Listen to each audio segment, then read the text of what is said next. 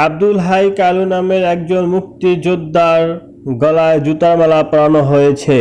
কুমিল্লা চৌদ্দগ্রাম উপজেলার কুড়িয়ারা সরকারি প্রাথমিক বিদ্যালয়ের মাঠে তাকে জুতার মালা পরানো হয়।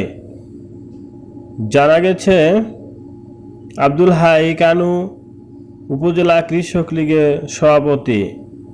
আওয়ামী লীগ সরকার ক্ষমতায় থাকাকালীন সময়ে প্রথম দিকে তার সাথে সিনিয়র নেতাকর্মীদের সাথে ভালোই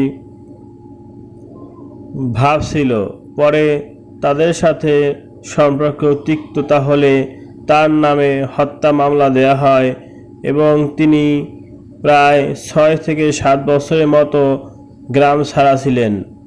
5ই আগস্ট শেখ হাসিনার পতনের পর তিনি যখন তার নিজ ভিটায় আসেন, তখন তার গলায় পরানো হয় ফুলের মালার পরিবর্তে জুতার মালা। আব্দুল হাই একজন সত্যিকারের মুক্তিযোদ্ধা।